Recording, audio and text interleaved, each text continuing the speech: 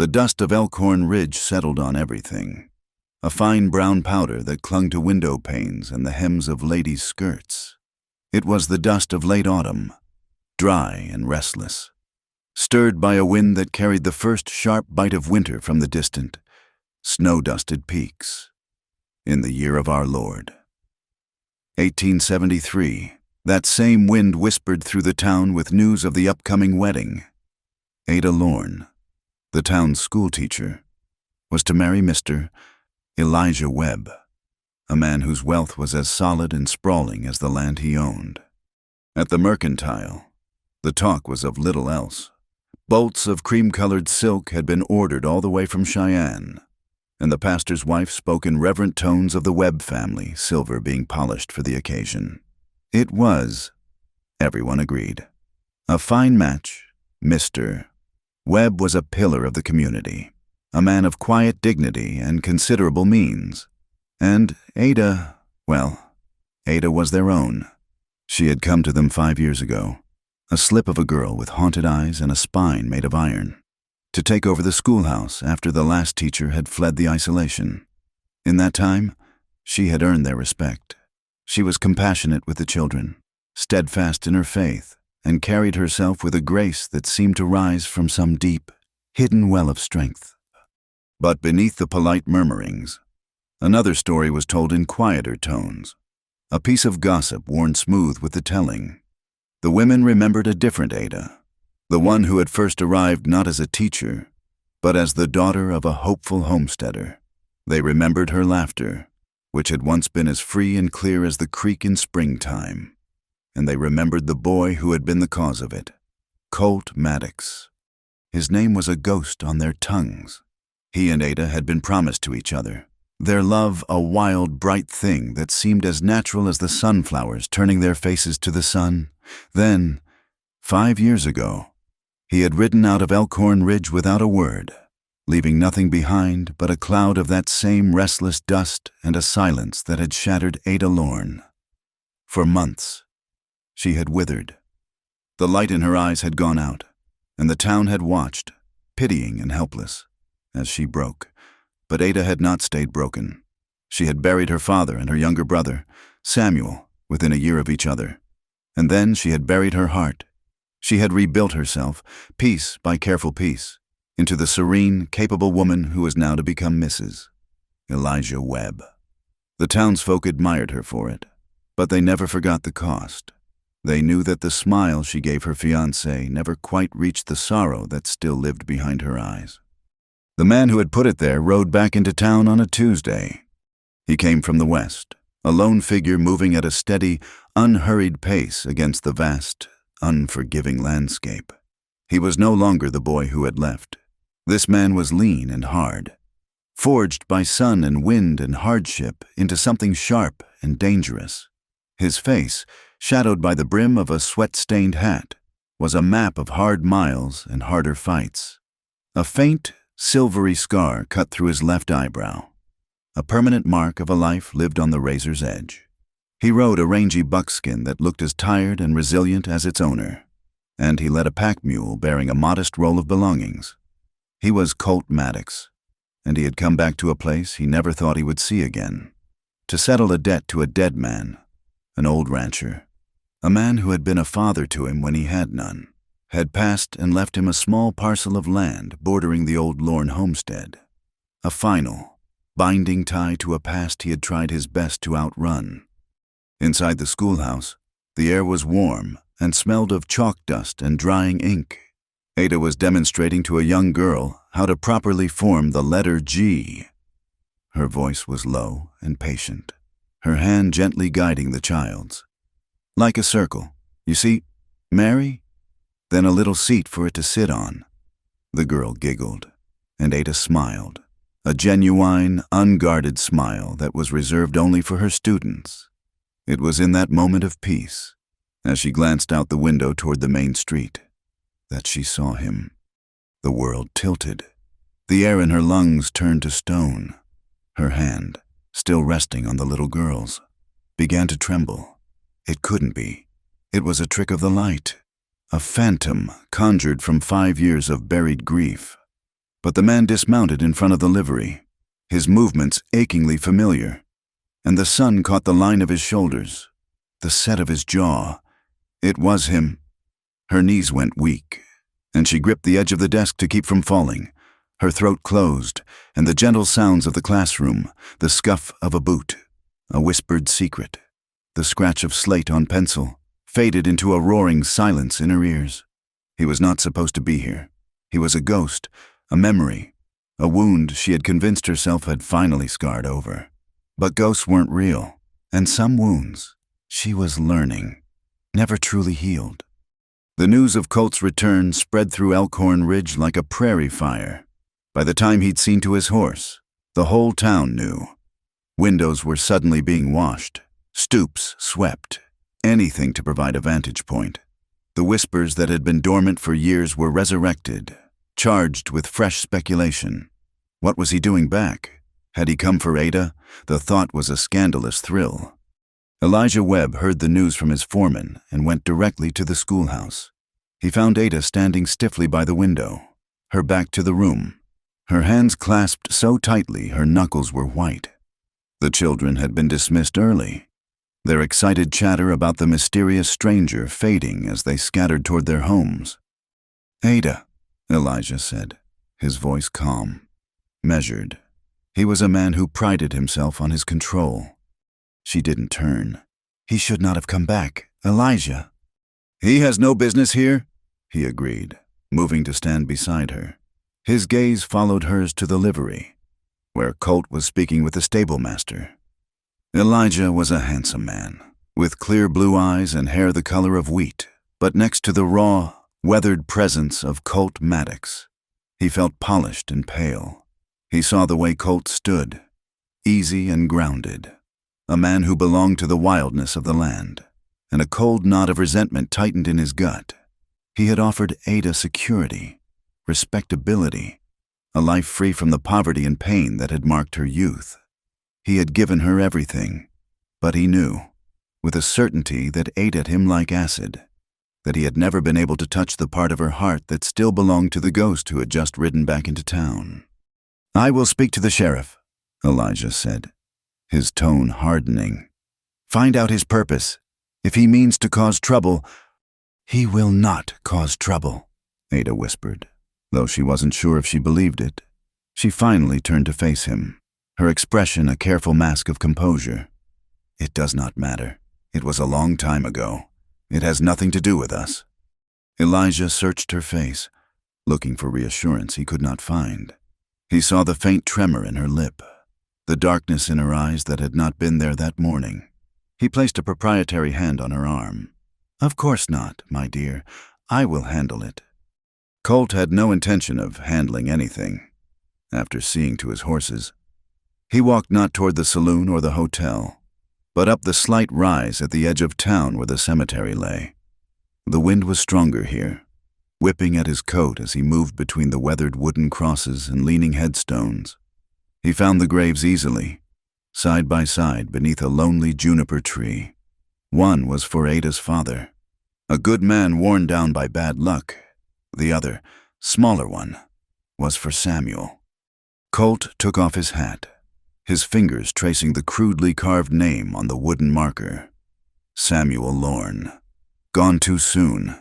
He sank to his heels, the guilt of physical weight pressing down on him, as fresh and raw as it had been 5 years ago. He could still see the boy's eager face, hear his excited chatter about becoming a real drover. He had been too young, only 16. Colt had promised Ada he would look after him on the cattle drive, promised he would keep him safe. The memory of that day was seared into his mind, the sky turning a sickly green-black, the sudden violent crack of lightning that spooked the herd, the terrifying thunder of 1,000 hooves in a full stampede. He had screamed Samuel's name, had spurred his horse through the churning chaos, but he was too late. All he found was a broken body trampled into the mud. The worst part, the part that haunted his sleep and woke him in a cold sweat, was telling Ada. He remembered the way she had looked at him, her eyes wide with disbelief, then dawning horror, and then the scream. It wasn't loud, not a shriek, but a low, tearing sound of a soul being ripped in two. That sound had followed him for 2,000 miles. It was the reason he had left. How could he stay and face the woman whose brother he had led to his death? How could he chain her to a man who brought nothing but ruin? Leaving was the only decent thing he had ever done, and it was the cruelest. He had not known how to explain it, how to put words to the shame and self-loathing that choked him. So he had said nothing at all. He had simply vanished, hoping she would eventually heal and find a better life without him, a life with a man like Elijah Webb. He closed his eyes, the wind and his memories howling in his ears. That evening, Ada found him behind the church. The sun had set, leaving the sky a bruised purple and casting long shadows that bled into the encroaching darkness. He was just standing there, staring out at the plains as if he could see all the years he had lost stretching out before him. She walked toward him, her footsteps silent in the dust. He heard her anyway, turning slowly to face her. In the dim light, he could see the fine lines around her eyes that hadn't been there before, the womanly set of her shoulders. She was more beautiful than he remembered, and it hurt to look at her. "Colt," she said, and her voice was a stranger's, tight and brittle. He just nodded, unable to speak her name. "Why?" she asked, the single word filled with 5 years of unanswered questions, of lonely nights and hollow days. "After all this time, why did you come back?" He saw the pain in her eyes, the anger simmering just beneath the surface. He wanted to tell her everything. About Samuel, about the man he'd killed in a saloon fight in Texas. A fight that wasn't his fault but would have brought the law down on him, and shame down on her. He wanted to tell her that he had left to protect her, not to hurt her, but the words were trapped behind a wall of guilt. His silence had been his first crime against her. It was a habit he could not break now. "I had business here," he finally managed, his voice rough from disuse. Her laugh was a bitter, broken sound. "Business?" She took a step closer, her eyes flashing in the twilight. "And what about your business 5 years ago? What about the promises you made? What about me? Or did you forget that part?" Her voice rose, shaking with the force of her long-suppressed rage and grief. "Why did you leave me, Colt? Why did you leave me with nothing? Not a word, not a reason, just gone." He flinched as if she had struck him. He had no answer that would not sound like an excuse. He could only stand there and take it, another punishment in a long line of them. His silence was the final confirmation, the ultimate betrayal. All the strength she had so carefully constructed over the years crumbled. With a raw cry, she swung her hand and slapped him hard across the face, the sound cracking like a whip in the cold. Still air. The sting on his cheek was nothing compared to the agony in her eyes. The violence of her own action seemed to shatter the last of her control. A sob escaped her lips, and she stumbled forward, her body surrendering to a grief too heavy to carry alone any longer. She collapsed against him, her forehead pressing into his chest, her hands clutching the front of his dusty coat as if he were the only solid thing in a collapsing world. For a long moment, he stood rigid, his whole body a knot of conflict. Then, slowly, hesitantly, his arms came up and wrapped around her, holding her tightly. He buried his face in her hair, breathing in the faint scent of lavender and sorrow that was uniquely hers. They stood there for an unmeasured time, two broken figures clinging to each other in the darkness, the space between them filled with the raw, unfinished business of the past. The next day, the world turned white. The blizzard that had been threatening in the mountains descended upon Elkhorn Ridge with a silent, blinding fury. The wind howled, and snow began to drift up against doors and fences, erasing the world and trapping everyone where they stood. Colt was stranded. In a public display of magnanimity, Elijah Webb insisted that Colt take a room at the town's only inn, at his expense. It was the gentlemanly thing to do, but it was also a warning, a way of keeping Colt under his watchful eye. Colt, having no choice, accepted. Ada felt trapped in a different way. suffocated by the town's prying eyes and the turmoil in her own heart. She needed to escape, if only for an hour. She remembered a box of her mother's things stored in the attic of their old, abandoned family cabin: books, pressed flowers, geological samples. It was the perfect excuse, a plausible reason to be alone, to breathe air that wasn't thick with tension. She told Elijah she was going to retrieve them for a school project, promising to be back long before the storm grew worse. At the same time, Colt, restless and caged, decided to use the bleak afternoon to ride out and see the parcel of land he had inherited.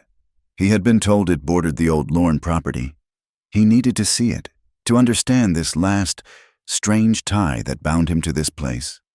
The storm hit them both with an elemental violence that defied all prediction. Ada reached the cabin just as the world dissolved into a whiteout.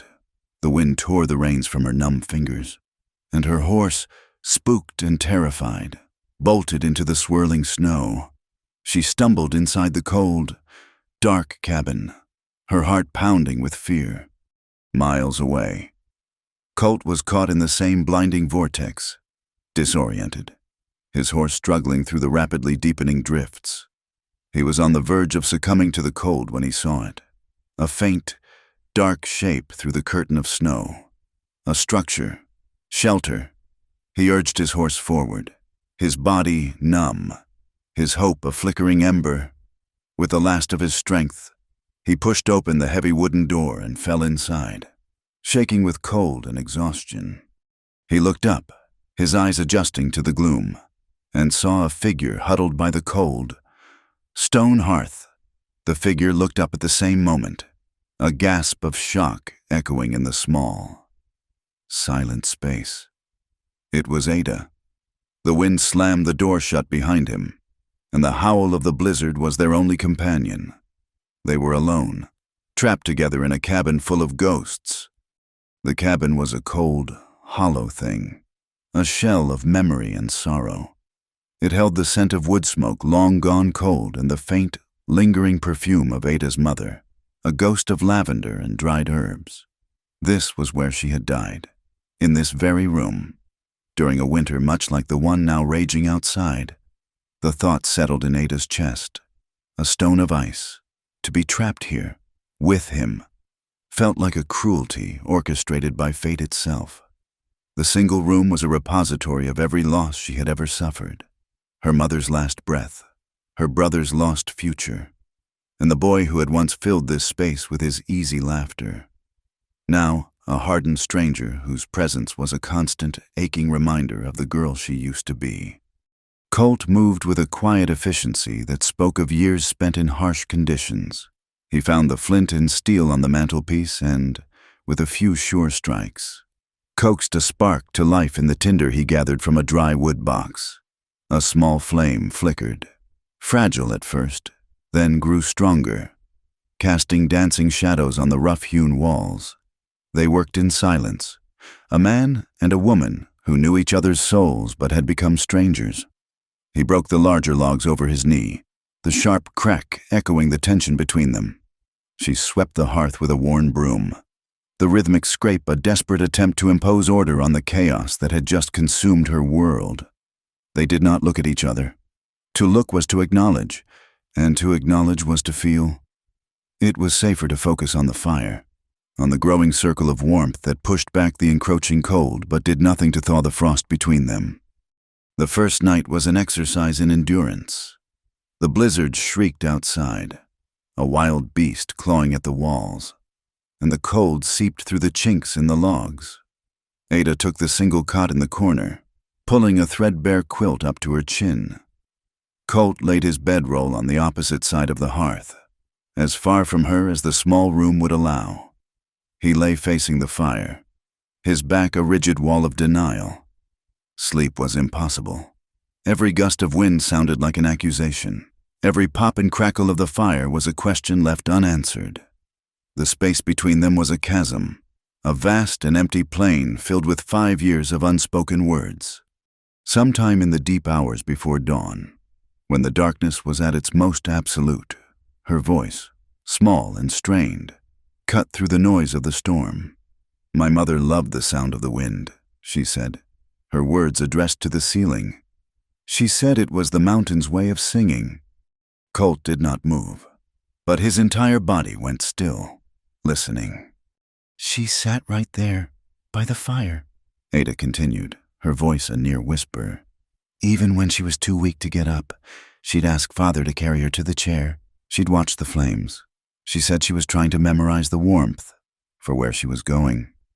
He turned his head slightly, just enough to see her silhouette in the firelight. He could hear the tremor in her voice, the unshed tears of a grief that was now a decade old but still raw. She was a strong woman, Ada, he said, his own voice rough, stronger than anyone I ever knew. She was, Ada agreed softly. She told me, before she died, that a person's heart was like the prairie ground. She said sometimes it had to burn clean before anything new could grow. She paused, and the silence that followed was heavy with meaning. I think she was wrong. Sometimes the fire just turns everything to ash. He knew she wasn't just talking about her mother anymore. He was the fire that had turned her life to ash. He wanted to tell her he was sorry, but the words were a fool's currency, worthless against the debt he owed her. I think about Samuel every day, he said instead, the confession costing him more than she could ever know. I think about what I should have done different. I should have turned the herd sooner. I shouldn't have let him ride point. I shouldn't have taken him with me at all. Ada closed her eyes, a single tear escaping and tracing a cold path down her temple. It wasn't your fault, Colt. It was the storm. It was God's will. She recited the words the pastor had given her, the words she had repeated to herself 1,000 times until they had lost all meaning. It was not your fault. It was my promise, he countered, his voice raw with a guilt she could finally hear. I promised you I would keep him safe, and I broke it. Just like you broke all the others, she thought. But she did not say it. The conversation died, leaving them adrift once more in the echoing silence. The ghosts of the past now awake and sitting between them by the fire. As the second day dawned, the world outside remained a churning expanse of white. The snow was relentless, piling in deep drifts against the door, sealing them in their rustic prison. With the light came a new, fragile truce. Survival demanded it. They talked, not of the chasm between them, but of the years apart.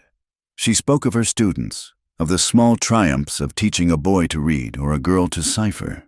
He spoke of the places he had been, describing the red rock deserts of the south and the towering forests of the north.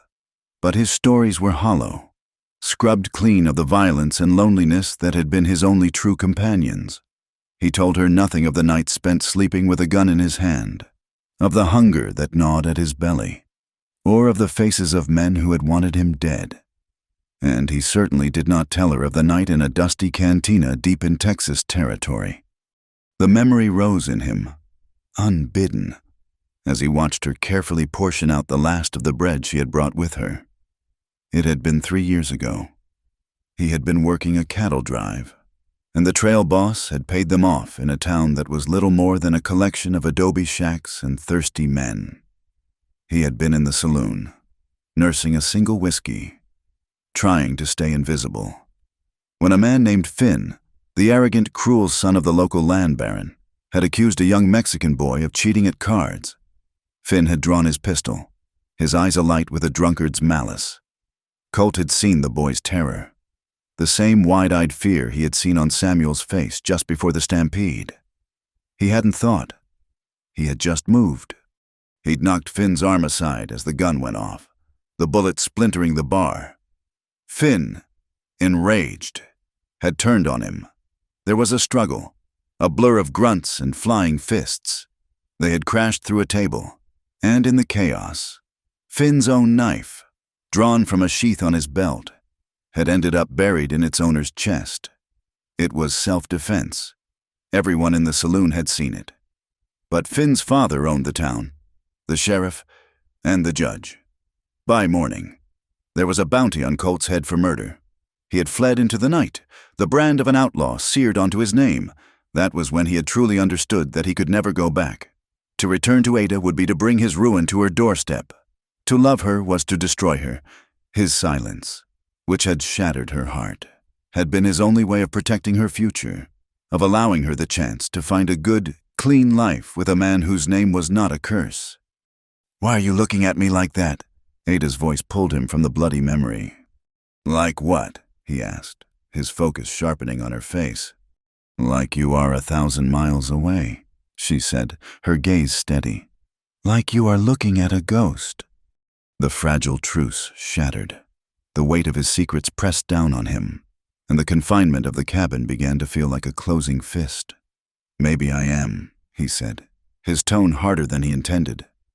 Her eyes flashed with the old fire, the anger she had suppressed for so long. "Is that what I am to you? Colt? A ghost from a life you were so eager to throw away?" She stood up, her hands clenched at her sides. 5 years. 5 years I waited for a letter, a word, anything. I told myself you were dead. It was easier than believing you had just forgotten me." "I never forgot you," he bit out, the words torn from him. "Then what was it?" she demanded, her voice rising, cracking with the strain. "Was I not good enough? Was our life here not enough for you? Did you find someone else? Just tell me the truth. I think you owe me that much." He stood to face her, the small space between them crackling with energy. "You do not want the truth, Ada." "Do not tell me what I want," she cried. "I am not that same broken girl you left behind. I am stronger now. I am to be married. I have a life. I just want to understand why. Why you destroyed the one we were supposed to have." His control snapped. "Because it would have destroyed you," he roared, his voice filling the small cabin, a sound of pure agony. "That life, with me, it would have been nothing but dirt and blood and running. I was nothing. I had nothing to offer you but my name, and my name was already poison. I left so you could have this, so you could have a fine house, and a respectable husband, and a life where you did not have to look over your shoulder every damn day."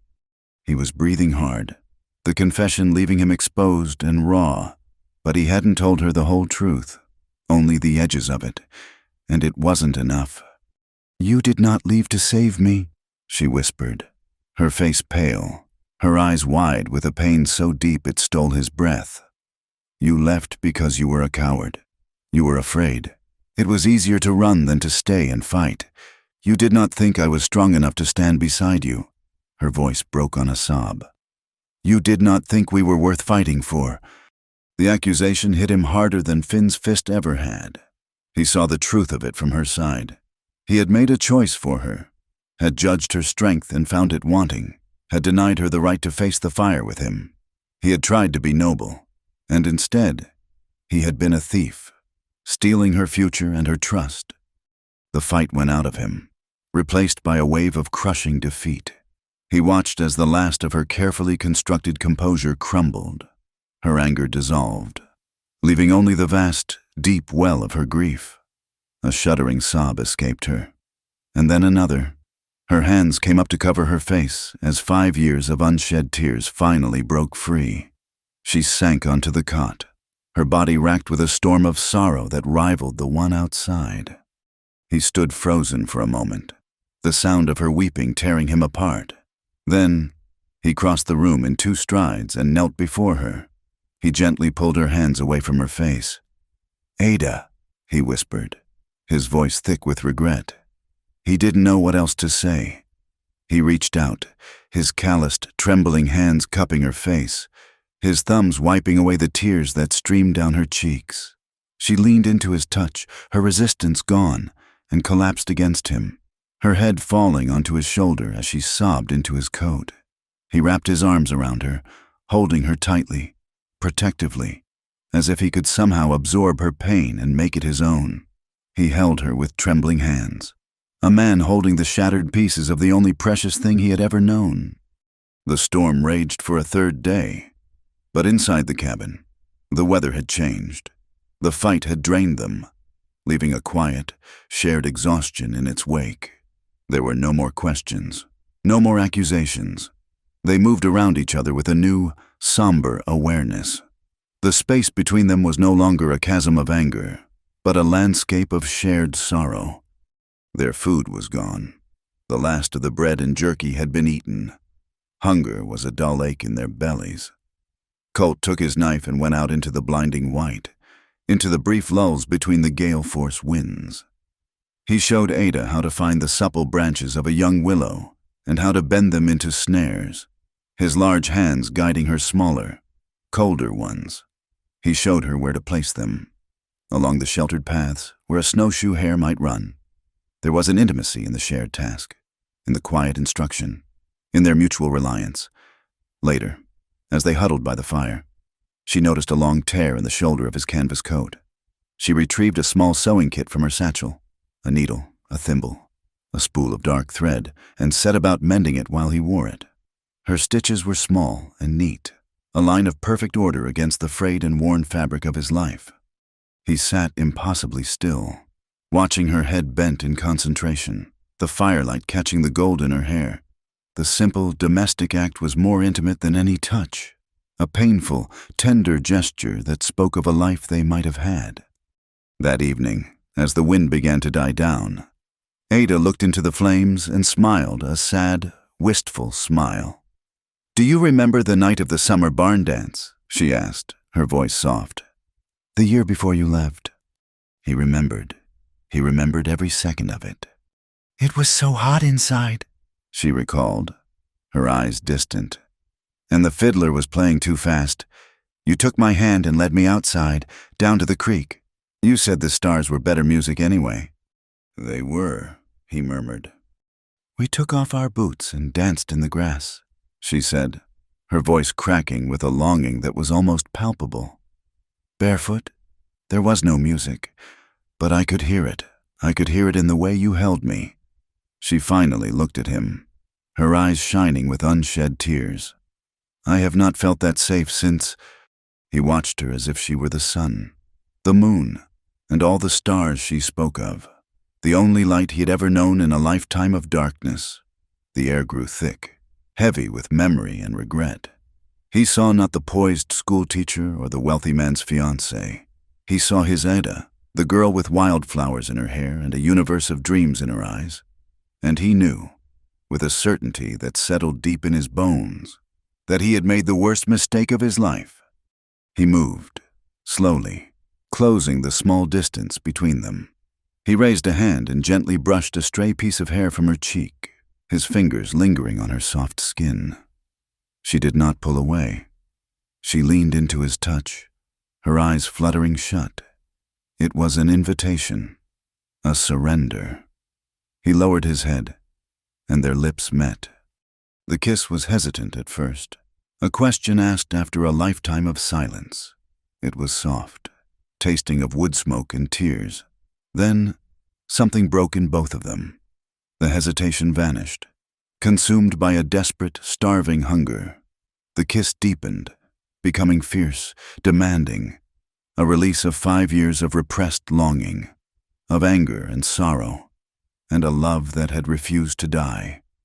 His arms went around her, pulling her close, and her hands tangled in his hair, holding on as if she were drowning. It was she who broke away, pulling back with a gasp, her chest rising and falling rapidly. They stared at each other, their faces inches apart, the air electric. Her eyes were wide, filled with a terrifying mix of desire and fear. "Colt!" she breathed, her voice shaking. She raised a trembling hand to her lips. "Don't!" she whispered, pleading. "Don't leave me broken again." The words were a blade in his heart. "I will not," he swore, his voice thick with an emotion he could not name. He leaned in to kiss her again, but a shadow of regret lingered in his touch, a silent acknowledgement that his promises had been broken before. He was not the same boy, and she was not the same girl. The world that had separated them still existed just beyond the cabin walls. That night, they slept side by side on the floor, sharing the warmth of his bedroll and her quilt. They remained fully clothed, a fragile barrier against the intimacy their bodies craved. But the cold was relentless, and they shivered in the darkness. Their proximity both a comfort and a torture. In the deepest quiet of the night, when the only sound was the dying sigh of the fire, he spoke into the darkness, his lips close to her ear. "Ada," he whispered, his voice barely audible. "I never stopped loving you." She said nothing. There were no words left, but he felt a single, hot tear fall from her cheek onto his chest, a silent answer that said everything. The passing of the storm left the world scrubbed clean and unnaturally bright. The sun, a stranger for 3 days, cast a blinding glare off the new-fallen snow, making the entire landscape look like a fresh, unmarked page. It was a lie. For Ada and Colt, everything was marked. Everything was complicated. They walked back to Elkhorn Ridge through a world of profound silence. The only sound the crunch of their boots in the deep snow. They kept a careful distance between them, a space of a few feet that felt as wide and impassable as the 5 years they had been apart. The raw intimacy of the cabin, the confessions, the tears, the desperate, shattering kiss, had been sealed away by the morning light, becoming another ghost to haunt the space between them. Nothing had been resolved.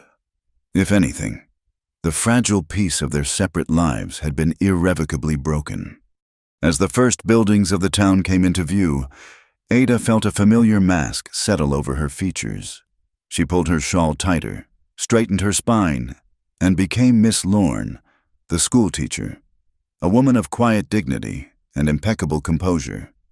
She was a pillar of calm. She had to be. Colt watched the transformation, saw the light in her eyes retreat to some distant, protected place.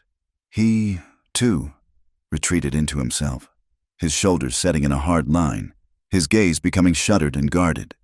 They were two ghosts walking back into lives that no longer quite fit, carrying a secret that was as heavy as a shroud. They parted at the edge of town without a word. She toward the small house that came with her position. He toward the livery to see to his horse, each step taking them further from the truth they had shared and deeper into the fiction they had to live. Elijah was waiting for her. He was sitting in the parlor of her small home, a fire already built in the hearth, a pot of tea steaming on the table. The gesture, meant to be one of care, felt like an invasion. He stood as she entered, his face a careful study of concern. "Ada, my dear, thank the Lord you are safe," he said, coming forward to take her cold hands in his. His touch was warm, but it felt foreign, wrong. "I have been half out of my mind with worry. The whole town has been praying for your safe return." "The cabin was secure. Elijah," she said, her voice steady, betraying none of the turmoil inside her. She gently pulled her hands free and began to unpin her bonnet. "The storm was severe, but I was in no danger." "You were alone all that time?" he asked, his eyes searching her face. It was not a question. It was an interrogation wrapped in the guise of affection. Ada hung her bonnet on its hook, her back to him. She would not lie, but she would not confess either. The truth was a wild thing, too dangerous to be let loose in this tidy, ordered room. "The blizzard was sudden. It trapped everyone where they stood."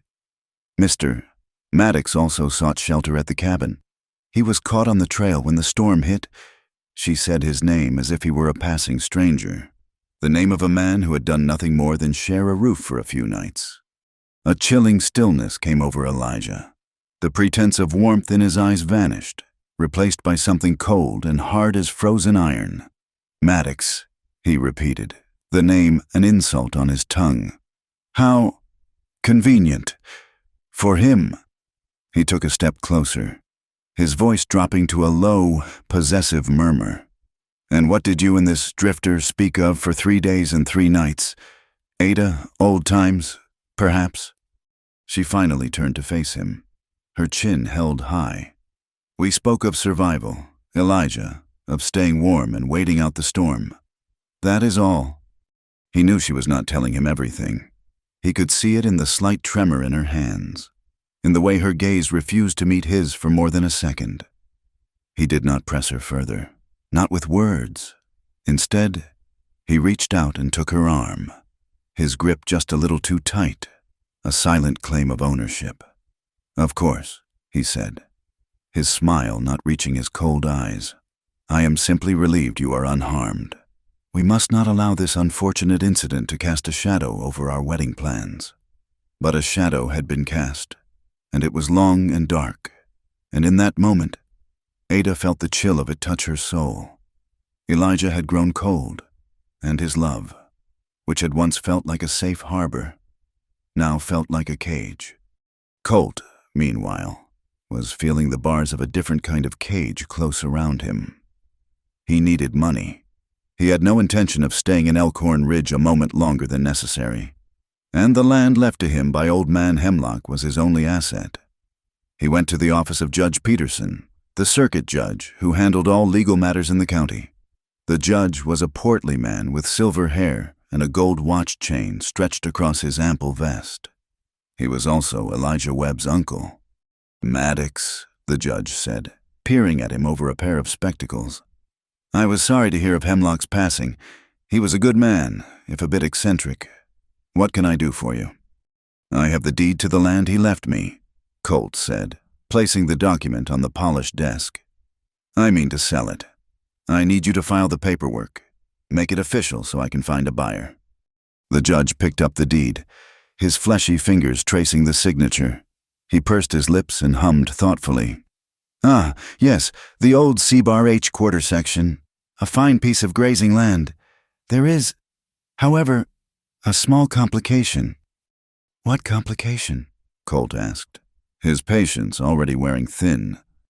"There appears to be a dispute regarding the property lines," the judge said smoothly, not looking up from the paper.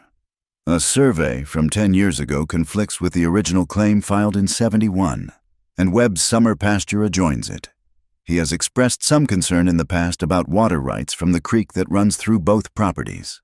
Until these matters are resolved, the title is clouded. I cannot, in good conscience, register a sale." Colt stared at the man, the trap laid bare. A disputed survey. Water rights, it was all legal nonsense. A smokescreen designed to bog him down, to keep him tethered and powerless. It was a power play, orchestrated by Elijah, to bleed him dry or drive him out. "And how long?" Colt asked, his voice dangerously quiet. "Do you reckon it will take to resolve these complications?" The judge finally looked up, a faint, smug smile on his lips. "The law moves at its own pace. My boy, it could take months, perhaps longer. You are welcome to stay in town and see the process through, of course." Colt knew then that he was truly trapped. He had no money to hire a lawyer, and no standing in a town where the law was a weapon used by the wealthy to protect their own. He was an outsider, a threat, and the town's silent, powerful machinery was now working to crush him. The social machinery was also turning against Ada. A few days later, she was in the mercantile, purchasing flour and beans. When she heard their voices, it was Mrs. Gable and Mrs. Pritchard, the pastor's wife, speaking in hushed, pious tones near the boat goods. They did not see her standing in the next aisle. 3 full days, Mrs. Gable whispered, her voice laced with delicious scandal. "Alone, with him, a man of his reputation. It is a terrible shame." Mrs. Pritchard clucked, though she sounded more thrilled than sorrowful. "And her, a teacher to our children. What kind of example is that to set? One must wonder about her character." "Poor Mr. Webb," Mrs. Gable sighed. "To be so dishonored before he is even wed. A man of his standing. If it were my daughter, I would have her on her knees praying for forgiveness." The words were like tiny, sharp stones, pelting Ada's carefully constructed armor. Her face burned with shame. She wanted to march around the corner and confront them, to defend herself. But what could she say? She had been alone with Colt. The truth of the situation was far more complicated than their small, mean minds could comprehend. But the facts were damning. She felt her life, the respectable, quiet life she had built from the ashes of her past, beginning to unravel. Again, the ground beneath her feet, which had felt so solid just a week ago, was turning to quicksand. Her sense of helplessness deepened the following afternoon. One of her younger students, a small, quiet boy named Thomas Miller, came to school with a dark, ugly bruise blooming on his cheekbone. He flinched when she came near him and kept his eyes downcast. Ada's heart ached with a fierce, protective anger. She knew Thomas's father. Jeb Miller was a hard drinker with a mean temper. After the children were dismissed, she kept Thomas behind. Gently, she coaxed the story from him. His father had been angry about a chore left undone. Ada's blood ran cold. She took the boy by the hand and marched directly to the sheriff's office. Sheriff Brody was a man who preferred a quiet life. He listened to Ada's impassioned report with a weary expression. "Now, Miss Lorne," he said, leaning back in his chair. "Jeb can be a hard man, it is true, but a father has a right to discipline his own son. Boys get banged up. It is the way of things." "This was not discipline, Sheriff," Ada insisted, her voice trembling with outrage. "This was a grown man's fist against a child's face. You must do something." "I will have a word with Jeb," the sheriff said, a placating tone in his voice that infuriated her. "Tell him to lighten his hand a bit, but I cannot go arresting a man for raising his own boy. It is a family matter." Defeated and furious, Ada left the office, her hand still holding Thomas's. The law, the proper, civilized way of doing things, had failed her. As she stepped out onto the street, she saw Colt leaning against a post outside the blacksmith's shop, watching her. He had seen her go into the sheriff's office, and he could read the outcome on her face. He pushed himself off the post and walked over, his gaze falling on the boy's bruised cheek. He did not need to ask what had happened. He looked at Ada, a question in his eyes. She gave a slight, almost imperceptible shake of her head. The law would not help. Colt's jaw tightened. He knelt down, so he was eye level with the boy. "You head on home, Thomas," he said, his voice surprisingly gentle. "I am going to have a word with your pa." He did not wait for a reply. He turned and walked down the street toward the Miller cabin with a long, purposeful stride. Ada watched him go. A knot of fear and something else, a fierce, forbidden pride, tightening in her stomach. She saw several townsmen stop to watch him, their expressions a mixture of curiosity and suspicion. Colt found Jeb Miller in his yard, nursing a bottle of whiskey. Miller was a big, slovenly man who looked up with a belligerent glare. "What do you want, Maddox?" he slurred. Colt did not raise his voice. He stopped a few feet from Miller. His stance relaxed, but his eyes were as cold and hard as river stones. "You will not touch that boy again," he said, his voice a low, flat command. "Not a hand, not a finger. If I see so much as another shadow of a bruise on him, you and I will have a conversation that does not end with words. Do you understand me?" There was no threat of a fair fight in his tone. There was only the promise of swift, brutal violence. Jeb Miller, for all his drunken bluster, was a coward. He saw something in Colt's eyes that sobered him instantly, a capacity for violence that far outstripped his own. He looked away, muttering under his breath, and took a step back. That was all the answer Colt needed. He turned and walked away, leaving Miller trembling with a mixture of rage and fear. The town had seen it all. They had not seen a man protecting a child. They had seen a dangerous drifter, a man who settled matters outside the law, and it confirmed every dark suspicion they had ever harbored about him. That night, Ada could not sleep.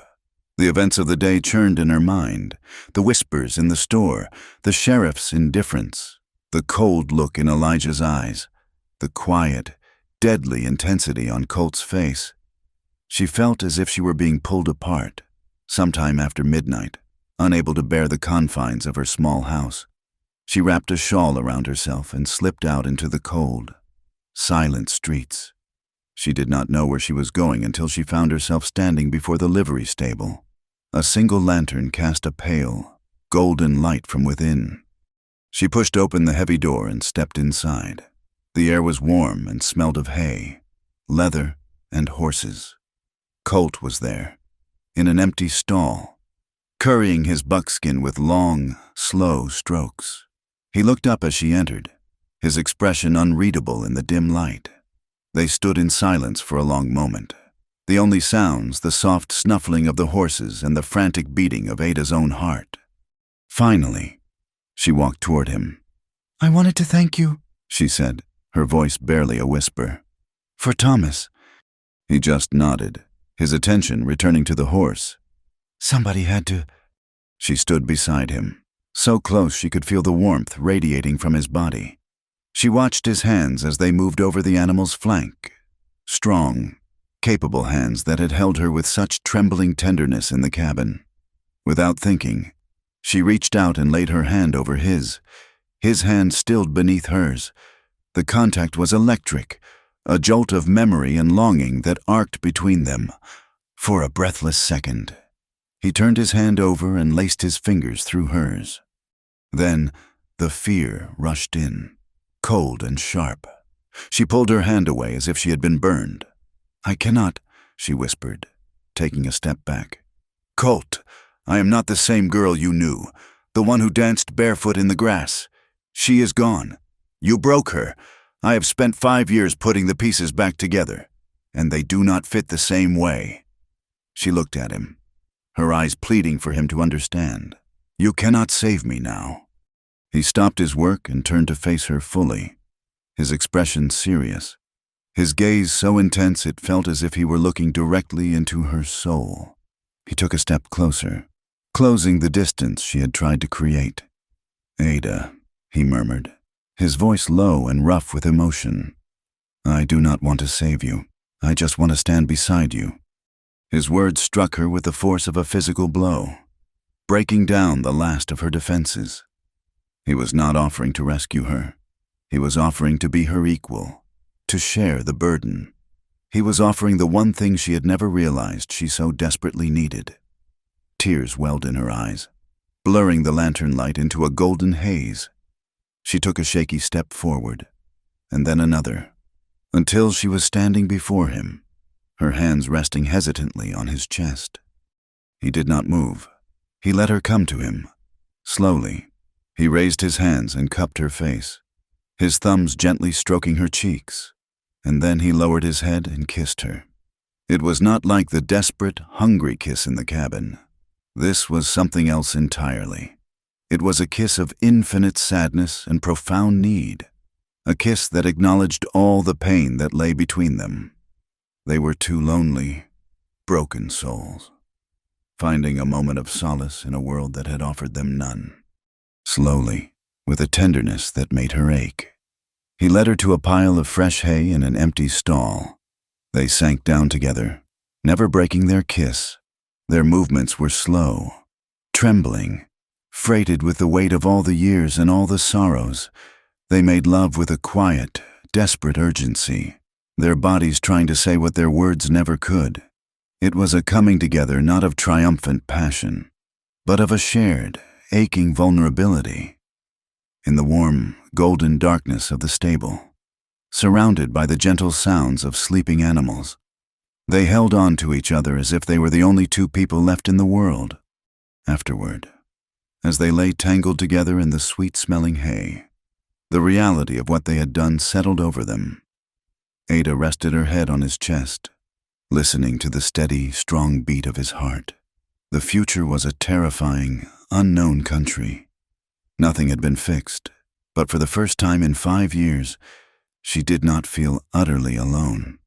She turned her head and whispered into the darkness, the words both a plea and a prayer, the most honest words she had ever spoken. "Don't leave me broken again." He held her fiercely then, his arms a circle of strength around her, and he whispered promises into her hair, promises of a future he had no idea how he could ever keep. The decision, once made, settled in Ada's soul with the weight and finality of a gravestone. The night in the stable had not been a mistake. It had been a reckoning. It was the closing of a door on a life of careful pretense and the terrifying, uncertain opening of another. The next morning, she did not go to the schoolhouse. She dressed in her plainest Sunday dress, the one of gray wool, and walked not to Elijah Webb's grand house on the hill, but to his office at the land registry. She needed this to be a transaction, not a plea. He was there, behind a large mahogany desk, looking over a map. He rose as she entered, a smile of polite possession on his handsome face. "Ada, my dear, to what do I owe this unexpected pleasure?" She did not take the seat he offered. She walked to the desk and placed the small, velvet-covered box upon it. Inside was the diamond ring, a stone as cold and brilliant as his eyes. "I cannot marry you, Elijah," she said, her voice quiet but firm, a stark contrast to the wild beating of her heart. His smile did not falter, but it became a brittle, dangerous thing. He did not open the box. He simply looked at her, his gaze sweeping over her as if he were assessing a piece of livestock that had displeased him. "I see," he said, his voice dangerously soft. "He has gotten to you. Then I should have known. A woman's sentimentality is a predictable vulnerability." "This has nothing to do with sentimentality," Ada replied, her hands clasped before her to still their trembling. "It has to do with honesty." "I cannot stand before God and make a vow to you that my heart cannot honor. It would be a sin, and it would be a cruelty to us both." "Cruelty?" He gave a short, sharp laugh, devoid of all humor. "You speak to me of cruelty?" He leaned forward, his hands flat on the desk, the gentleman's mask finally cracking to reveal the seething fury beneath. "I offered you everything. A name, security, respect in a town that was all too happy to whisper about the broken little girl who came here with nothing. I was willing to overlook your past, to give you a future, and you throw it away for a piece of rough stock with nothing to his name but dust and trouble." He stood and walked around the desk, circling her like a predator. "Let me tell you what future you have chosen. Ada, you will be an outcast. The women of this town will not speak to you. The men will look at you with a different kind of interest, the kind reserved for women who are easily had. No decent man will ever ask for your hand in marriage now. You will find that Elkhorn Ridge has a very long memory for a woman of your compromised character." He stopped before her, his voice a venomous whisper. "You will be alone, and you will be ruined. And when that day comes, you will remember this morning, and you will know what you have thrown away." His prophecy began to come true with a swift and brutal efficiency. The town, which had once admired her strength, now saw only her shame. Society turned on her, its judgment as cold and sharp as a winter wind. It began subtly. Averted eyes at the mercantile, conversations that fell silent when she approached. Then it grew bolder. Mrs. Gable was the first to arrive at the schoolhouse door, her face a pinched mask of maternal righteousness. "I will be taking my Sarah out of your classroom. Miss Lorne," she announced, not bothering to step inside. "I cannot have her influenced by a woman of questionable morals." 2 more mothers followed that afternoon. By the end of the week, nearly a third of her students were gone, their empty desks a testament to her sudden exile. The children who remained looked at her with a mixture of fear and confusion, their innocence poisoned by the whispers of their parents. The final, public condemnation came on Sunday. Ada went to church as she always did, her head held high, though she felt the weight of every stare like a physical blow. She sat alone in her usual pew when Pastor Pritchard rose to the pulpit. He did not speak of forgiveness or redemption. He spoke of sin. He spoke of a serpent of temptation allowed into their virtuous community, of the sanctity of a promise made before God, and of the weakness of the flesh that could lead a soul to perdition. He did not say her name. He did not have to. Every word was a stone, and the entire congregation turned to watch as they struck her. She sat through the entire sermon, her back ramrod straight, her face a pale, still mask, while inside, she felt herself crumbling to dust. Colt saw it all, and it tore at him. He saw the loneliness that clung to her like a second shawl, the brave front she put on for a world that had already condemned her. He found her one afternoon down by the creek, skipping stones across the half-frozen surface, the same spot where they had once danced barefoot under the stars. "This town is poison, Ada," he said, coming to stand beside her. "There is no life for you here anymore. Not for us." He reached out and took her hand, his grip warm and urgent. "Come away with me. We can go to California. They say a man can build a new life there, that the past does not follow you. We can get a piece of land, start over, just you and me. We can wash all this away." She looked at his face, at the earnest plea in his eyes. He was offering her the one thing he had always known, escape. It was the answer he had chosen 5 years ago, but she was not the same girl, and he was not her only option. She looked around at the familiar landscape, at the stark, rugged beauty of the place that had seen her birth and would likely see her death. Her parents were buried here. Her brother was buried here. Her entire life, the good and the bad, was rooted in this unforgiving soil. She gently pulled her hand from his. "No, Colt," she said, her voice soft but unyielding. "I am done running my whole life. I have been running from something, poverty, grief, a broken heart." She turned to face him, her eyes filled with a fierce, new-found resolve. "This is my home, for better or worse. I will not be driven out of it by whispers and hypocrites. I want to live where I fell. I will not run from fire again." He saw the strength in her, a strength that humbled him, and he knew he could not argue. She had chosen to stand and fight, and he knew, with a grim certainty, that the battle had just begun. Elijah Webb was not a man who accepted defeat. His public humiliation fueled a private, cold-burning rage. If he could not control Ada, he would destroy the man she had chosen over him. His first move was an attack not on Colt, but on his meager legacy. He hired a handful of rough men from a neighboring county, men with no loyalty to Elkhorn Ridge.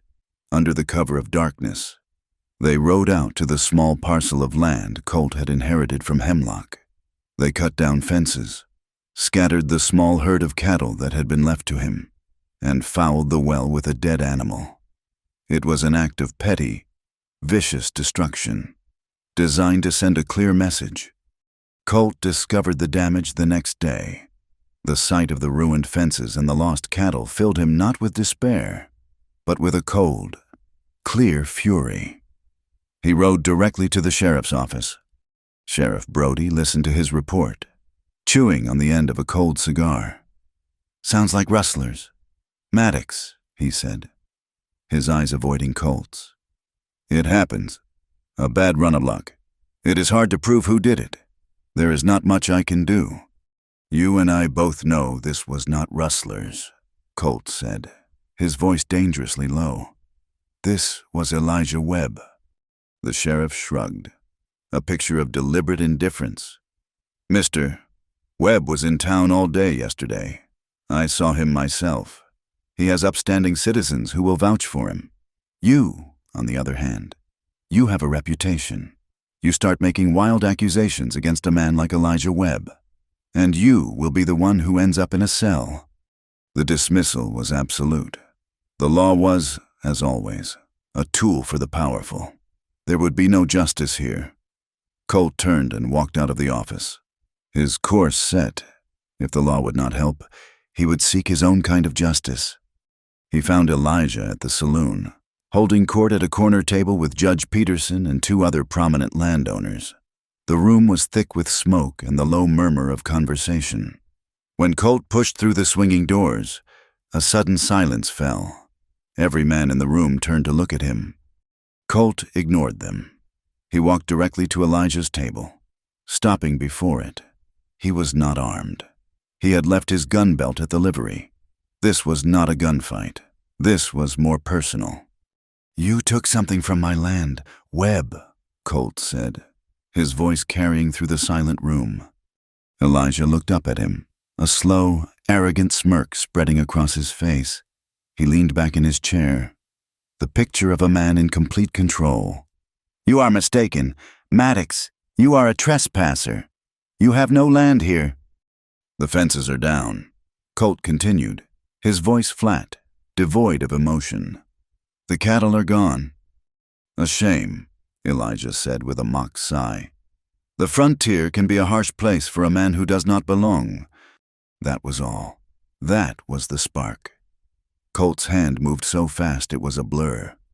He lunged across the table, grabbing the front of Elijah's pristine shirt and hauling him to his feet. The table overturned with a crash of glass and splintering wood. The fight was a raw, brutal explosion of violence. Elijah was bigger and heavier, his punches fueled by a lifetime of entitled rage. He landed a heavy blow to Colt's ribs that made him gasp for air. But Colt was quicker, harder. A man forged in the crucible of barroom brawls and desperate fights for his life. He moved with a feral grace, ducking under a wild swing and driving his fist into Elijah's stomach. They crashed into the bar, sending bottles of whiskey shattering to the floor. The other patrons scrambled back, creating a wide circle, their faces a mixture of fear and morbid excitement. It was not a clean fight. It was ugly, desperate, and bloody. Elijah caught Colt with a blow to the side of his head that sent him staggering back, his vision swimming with stars. For a moment, it looked as if he might go down, but then he saw Elijah's triumphant sneer, and a fresh wave of cold fury washed through him. He lunged forward, tackling Elijah around the waist and driving him to the floor. They rolled in the sawdust and shattered glass, exchanging brutal, punishing blows. In the end, it was Colt's relentless endurance that won. He got on top of Elijah, pinning him to the floor, and drove his fist into his face once, twice, a third time. Elijah's handsome features dissolved into a bloody mask. His struggles grew weaker, and finally, he lay still, conscious but utterly defeated. Colt pushed himself to his feet, swaying, his chest heaving as he dragged in ragged breaths. His lip was split, his right eye was already swelling shut, and his ribs felt like they were on fire. He had won, but he had barely been able to walk away. He stumbled out of the saloon, leaving behind a stunned silence and the humiliated, broken figure of the most powerful man in town. Ada heard about the fight within the hour. She found him in his small, rented room above the livery, a place that smelled of hay and loneliness. He was sitting on the edge of a narrow cot, shirtless, trying to clean a deep cut above his eye with a shaking hand and a dirty rag. She said nothing. She went to the washstand, poured fresh water from the pitcher into the basin, and found a clean piece of cloth. She knelt before him and gently took the rag from his hand. He flinched at her touch but did not pull away. Wordlessly, she began to clean the blood and grime from his face. Her touch was infinitely gentle. As she worked, her eyes traced the landscape of his body, and for the first time she saw the full, terrible history of his years away. It was written in a roadmap of scars. There was a puckered, angry-looking circle of raised flesh on his left shoulder, the unmistakable mark of a bullet wound.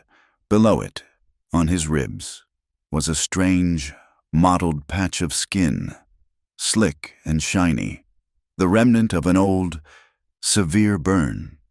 And then, as she cleaned a shallow gash on his side, she saw them, faint, pale lines, like white threads woven into his skin, crisscrossing his back.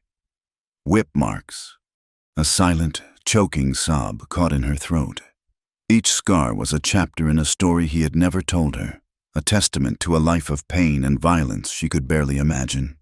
These were the reasons for his silence, the brand of the ruin he had been so desperate to keep from her. She did not ask him about them.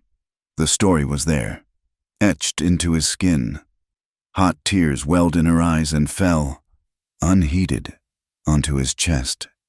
She gently touched the edge of the burn scar with her fingertips. a gesture of such profound sorrow and empathy that it made his breath catch in his throat. They stayed like that for a long time, in the quiet of the small room, her tears a silent baptism for his old wounds. Later, as she bandaged his ribs, they finally talked, their voices low, the fight having stripped away all pretense. "You have to leave, Ada," he said, his voice rough with pain. "This is only the beginning. He will not stop until he has destroyed us both. You could write to a school in Denver, a real city.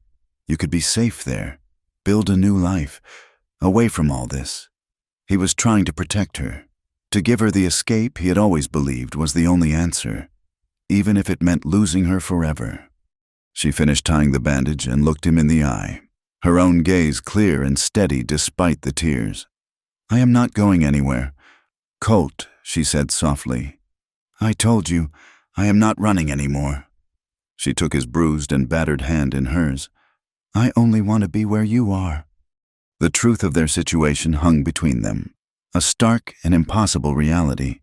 They loved each other. They wanted to be together, but there was no path forward for them in a town that hated them, a town where the law was their enemy and the most powerful man wanted them destroyed. They were trapped, and they did not know the way out. The answer came that night, written in smoke and fire. Ada was in her small house adjacent to the school, asleep, when a strange, crackling sound woke her. She sat up, her heart pounding, and smelled it, the acrid, choking scent of smoke. She threw back the covers and ran to the window. Her blood ran cold. The schoolhouse, her schoolhouse, the one place that was truly hers, was engulfed in flames. The orange glow lit up the night, a terrifying, beautiful inferno. Panic seized her. The fire was already licking at the wall of her own small home. Smoke was pouring in under the door.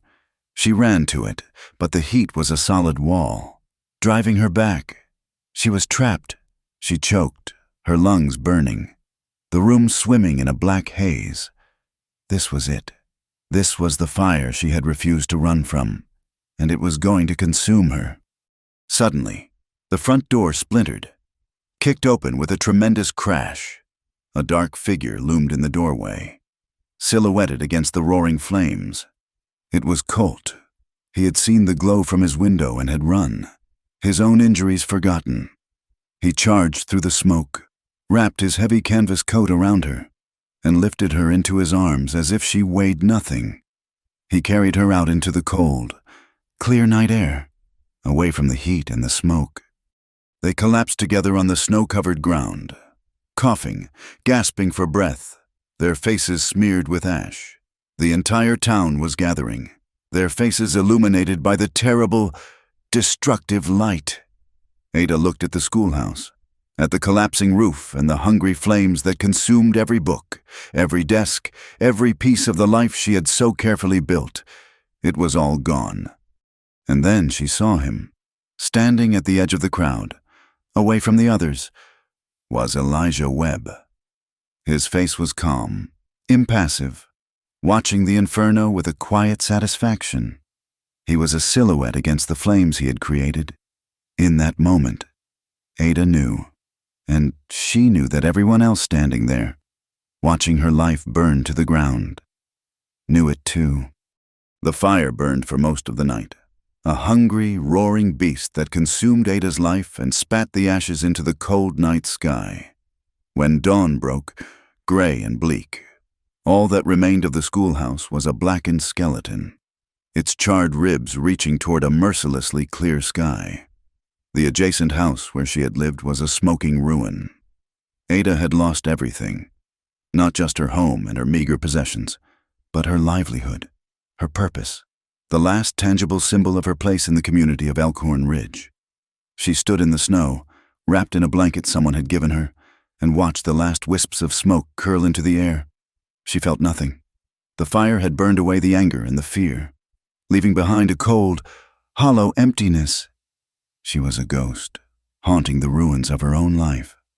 Colt stayed by her side, a silent, solid presence in the chaos of her unraveling. He did not offer empty words of comfort.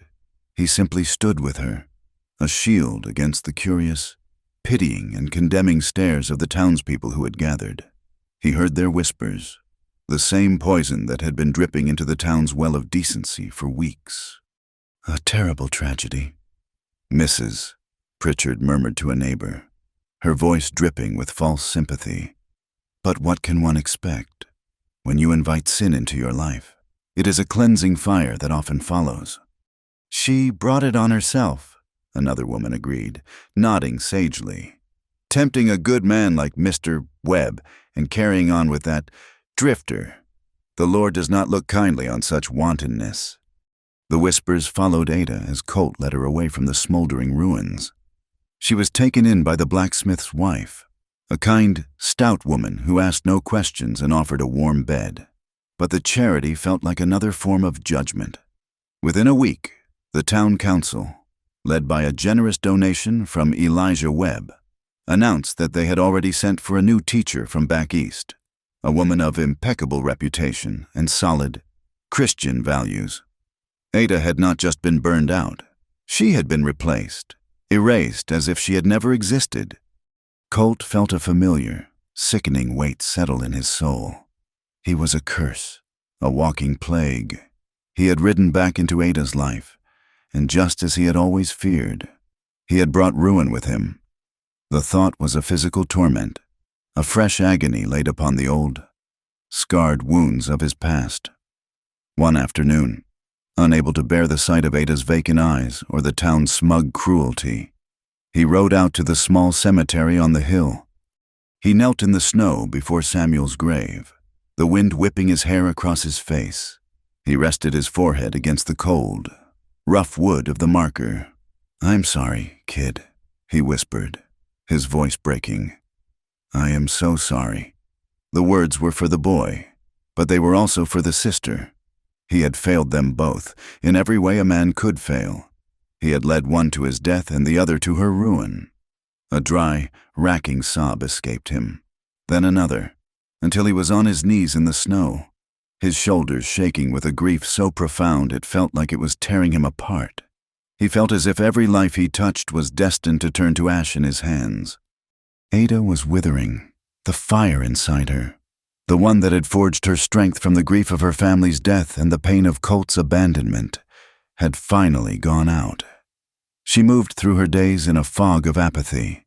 She barely touched the food the blacksmith's wife set before her. She would sit for hours by the window, staring out at the snow, her expression blank, her spirit flickering like a candle flame in a draft. Colt, helpless and desperate, tried to reach her across the void.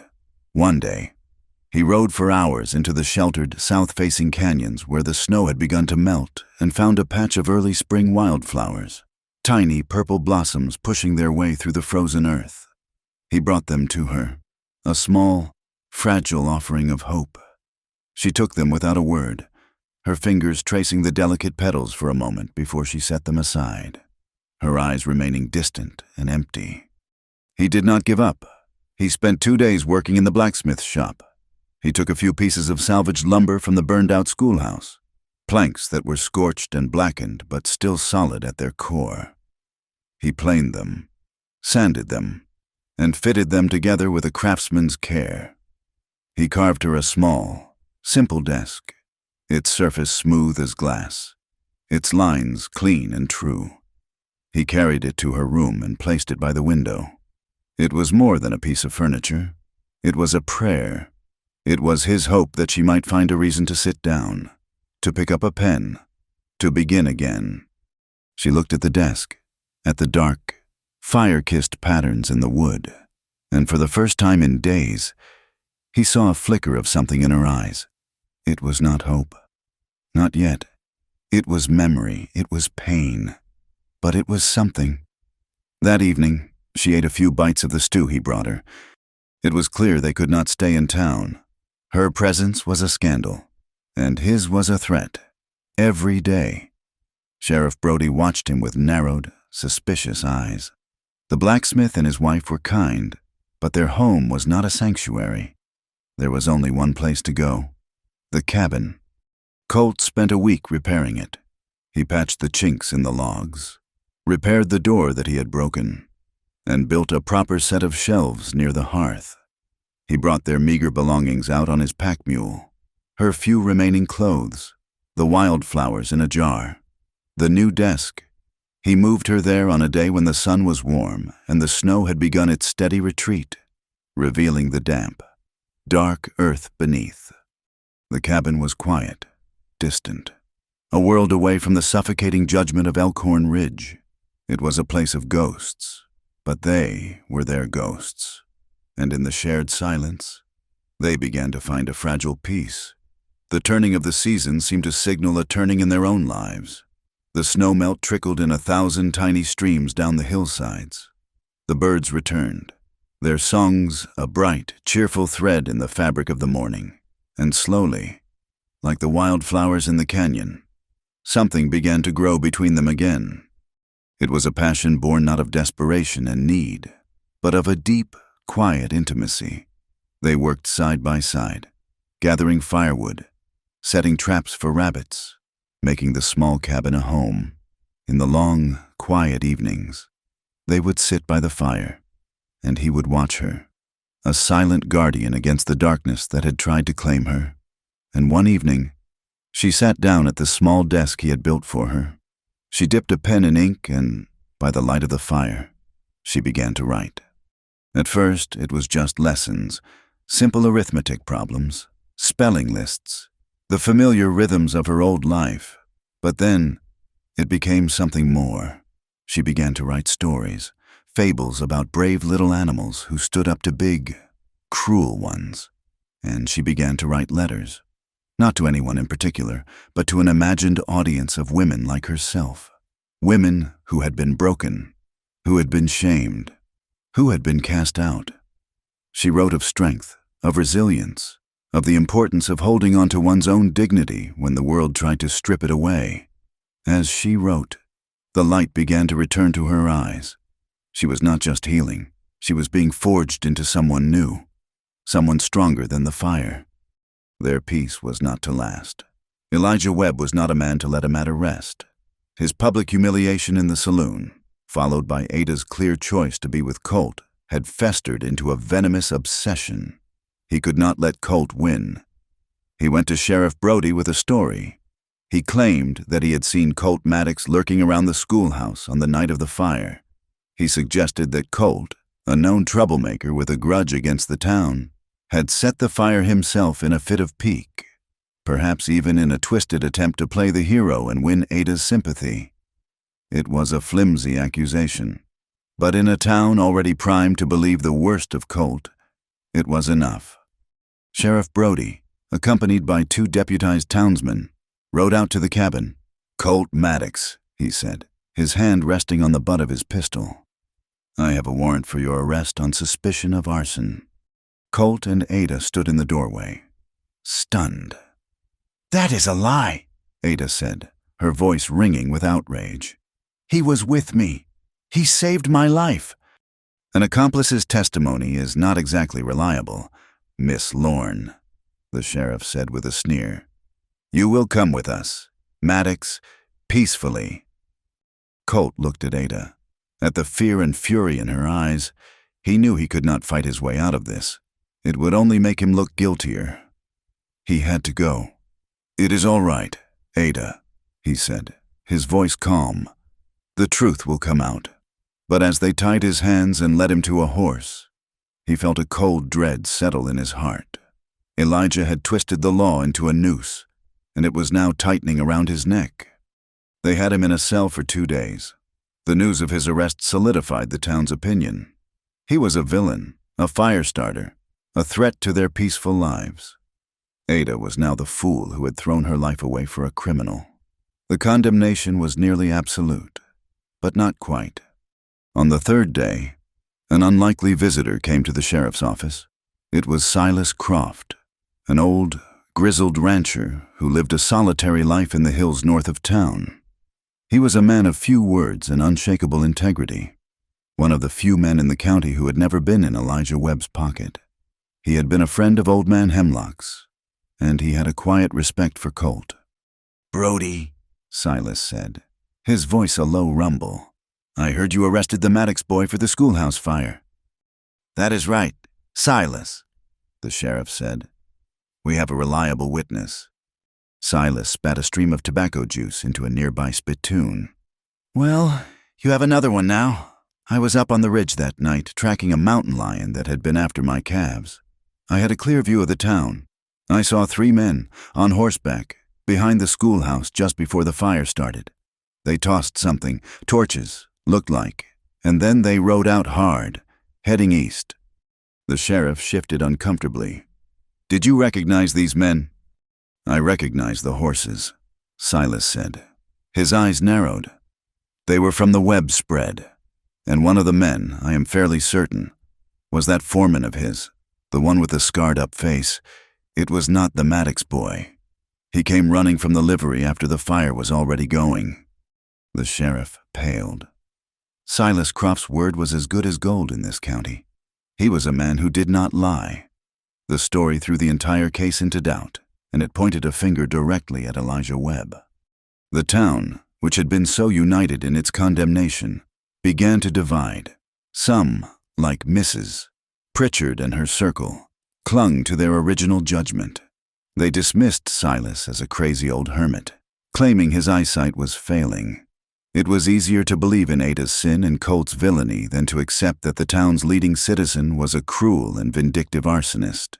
But others, the quieter, more thoughtful folk, began to see the truth. They remembered the brutality of the saloon fight, the coldness that had crept into Elijah's demeanor, his obsessive need to control everything and everyone. They began to see his piety as a mask for his cruelty, and their shame for shunning Ada began to curdle into a quiet anger at him. It was into this divided and uncertain atmosphere that Ada made her stand. She walked from the cabin into the center of town, to the square in front of the burned-out church. It was midday, and the square was full of people. They stopped and stared as she took up a position on the steps of the mercantile. She was not the broken, listless woman they had been whispering about. She was dressed simply. Her hair was tied back, and her eyes were clear and full of a fire they had never seen before. In her hands, she held a single piece of paper. Her voice, when she spoke, was not loud, but it was clear and steady, and it carried through the suddenly silent square. "I was your teacher," she began, "and many of you decided that I was not fit to hold that position any longer. You judged me for my past, and you judged me for my heart. You have whispered about my character, but you do not know my character. You know only your own fear." She unfolded the piece of paper.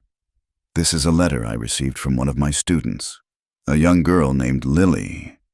I would like to read it to you." She took a breath and read. "Dear Miss Lorne," she began, her voice gaining strength. "My pa says I cannot come to school no more. He says you are a bad woman, but I do not believe him. You are the one who taught me how to read the words in Mama's Bible. You taught me that a girl can be smart, not just quiet. You told me to be brave and to speak the truth, even if my voice shakes. You are not a bad woman, Miss Lorne. You are the bravest woman I know. Your student, Lily." She finished reading and looked out at the faces before her. Mrs. Gable had the decency to look down at her shoes. Several other women looked away, their faces flushed with a shame that was plain to see. The silence that followed was profound. Ada had not defended herself with anger or accusations. She had defended herself with the simple, undeniable truth of her own worth.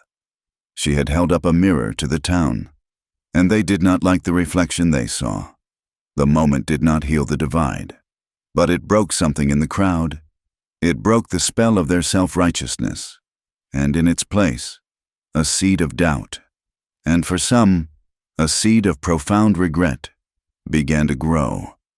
Ada's letter, read aloud in the stark light of day, did not cause a revolution, but it started a quiet rebellion in the hearts of the townspeople. It had shifted the ground beneath their certainty. The trial of Elijah Webb, therefore, was not the clean, swift affair he might have expected. It was a messy, contentious proceeding. held not in Elkhorn Ridge, but in the county seat, away from the immediate reach of his influence. Silas Croft's testimony was the cornerstone of the case against him. The old rancher was unshakable, his words plain and true, and they carried the weight of a lifetime of integrity. Elijah's foreman, faced with the threat of a noose, turned on his employer, confessing to the arson in exchange for a lesser charge. Elijah, with his wealth and his uncle's legal maneuvering, was never convicted of the primary charge. The jury, made up of men who still owed him favors or feared his reach, acquitted him of arson, citing a lack of direct evidence. However, they found him guilty of lesser charges: corruption, intimidation of a witness, and conspiracy to defraud the county. The sentence was a series of heavy fines, a punishment that stung his pride far more than his purse. But the true verdict was delivered not by the jury, but by the town of Elkhorn Ridge itself. When he returned, he was no longer a pillar of the community. He was a pariah. His power had been built on a foundation of perceived respectability and moral authority, and that foundation had crumbled to dust. Men who had once sought his counsel now avoided his gaze. Business partners found excuses to dissolve their arrangements. The women who had once admired him now whispered behind his back, their gossip no longer about Ada's sin, but about his own. His influence faded like a morning mist. He was a king without a kingdom. A week after his return, under the cover of an unremarkable Tuesday morning, Elijah Webb packed 2 trunks, sold his land holdings to a speculator from Cheyenne for a fraction of their worth, and left Elkhorn Ridge without a word to anyone. He rode east, a disgraced and diminished man, vanishing from their lives as completely as if he had never been. In the wake of his departure, a wave of collective shame and regret washed over the town. A delegation from the town council, led by the blacksmith and a shamefaced Pastor Pritchard, came to the cabin.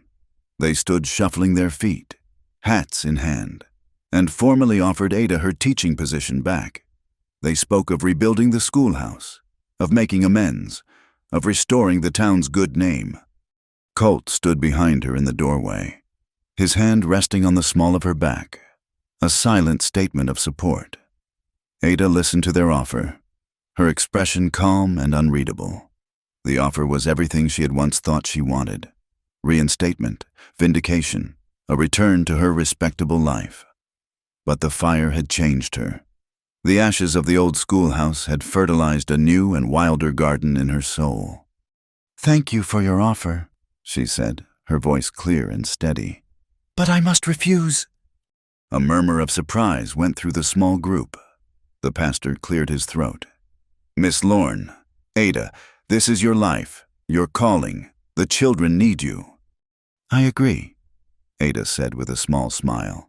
"Which is why I have already started a new school." She gestured back into the warm, sunlit interior of the cabin, where 2 small, hand-carved desks sat beside her own. "My classroom is here now." The men were perplexed.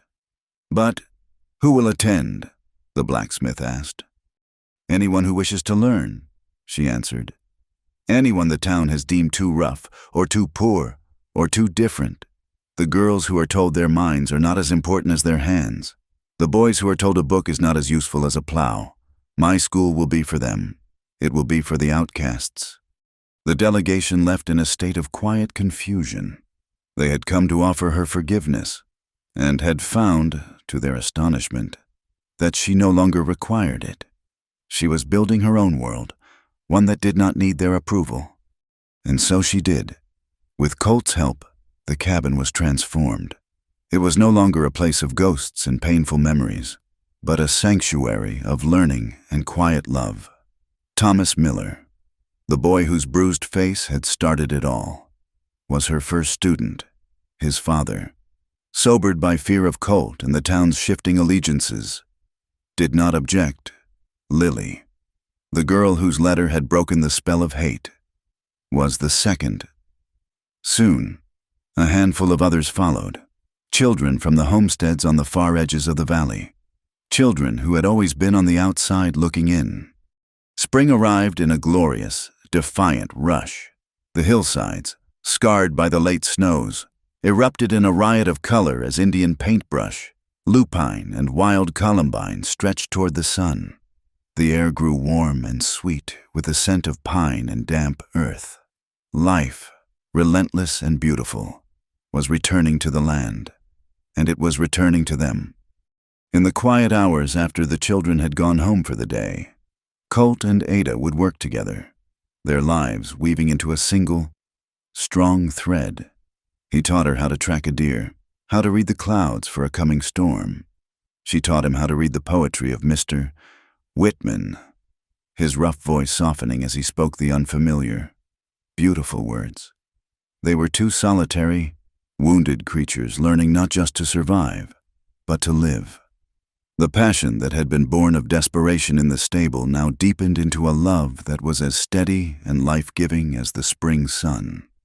Yet, as the days grew longer and their life together became more real, Colt felt an old, familiar darkness stirring within him. He watched her with her students, saw the light and purpose in her eyes, and felt a profound sense of his own unworthiness. She was building a future, a place of hope and light. And what was he? A man of violence and shadows, his past a roadmap of scars and bad blood. He had won the fight with Elijah, but he could not win the fight against himself. The belief that he was a curse, that he would inevitably bring ruin to her, was a poison he had carried for too long. One evening, as the sun set in a blaze of orange and purple behind the peaks, Ada found him by the corral, packing a bedroll and supplies onto his mule. A cold dread seized her heart, a fear so sudden and sharp it stole her breath. Colt, she said, her voice a small, wounded sound. what are you doing? He did not turn to face her. He kept his hands busy, tightening a strap, his movements stiff and unnatural. The land is clear now, he said, his voice low and gravelly. The judge filed the deed. I can sell it. I figure I will head west. California, maybe, like we talked about. She took a step closer. We talked about us going together. He finally stopped and turned to face her, and the look in his eyes shattered her. It was the same haunted, defeated look he had worn the day he left 5 years ago. There is no us. Ada, he said, his voice raw with a pain that was almost unbearable to witness. Look at you. You have a purpose here. You are building something good, something clean. I do not belong in it. I am a storm. Ada, I always have been. All I will ever do is tear down whatever you build. Tears welled in her eyes, hot and angry. She marched up to him and stood before him, her small frame radiating a strength that seemed to defy the laws of nature. You fool, she whispered, her voice trembling with emotion. You foolish, blind man. She reached out and placed her hands flat on his chest, right over his heart. You think you broke me? You think you are the storm? She looked up at him, her eyes boring into his, demanding that he see the truth. The storm came long before you, Colt. It came when my mother died in that cabin. It came when Samuel was taken from me. When you left, that was not the storm. That was the silence after. The terrible, empty silence where I thought I was going to die. I was in the dark, a deep, cold dark, and I could not find my way out. Her voice grew stronger, ringing with a certainty that was absolute. And then you came back. You did not break me. Colt Maddox, you are the only reason I came back from the dark. His carefully constructed walls, the ones he had built to protect her from himself, crumbled into dust. He looked at her, truly looked at her, and saw not the fragile girl he had been trying to save, but the strong, magnificent woman who had just saved him. A single tear traced a path through the dust on his cheek. He reached up and cupped her face in his hands, his thumbs gently wiping away her tears. Ada, he breathed. His voice choked with 5 years of unspeakable regret and a love so powerful it humbled him. They were married a week later, on a warm spring afternoon. Beneath the sprawling branches of the 2 ancient cottonwood trees down by the creek, it was the same spot where, as reckless children, They had carved their initials into the bark, a promise of a future that had taken a long, brutal, and winding path to find them. There was no pastor, no congregation. Their only witness was Silas Croft, who stood a respectful distance away, his weathered face softened by a rare smile. Ada wore a simple cream-colored dress and had woven a crown of purple wildflowers into her hair. Colt wore a clean shirt and a look of such profound reverence it made her heart ache. They did not speak vows. They did not need to. Their promises had already been made, in 1,000 shared glances, in the quiet comfort of their shared labor, in the healing of their shared wounds. He took her hand, and in the dappled sunlight, surrounded by the gentle murmur of the creek and the sigh of the wind in the cottonwood leaves, they began their life. That night, in the cabin, he built a fire in the hearth, the flames casting a warm, golden glow on the rough-hewn walls. She came to him and stood before him, the firelight dancing in her eyes. She reached up and touched the faint scar above his eye, a remnant of his fight, of the fire they had walked through together. I am not afraid of the fire anymore, she whispered. He smiled, a true, unguarded smile that reached his eyes and transformed his face, making him look like the boy she had first loved.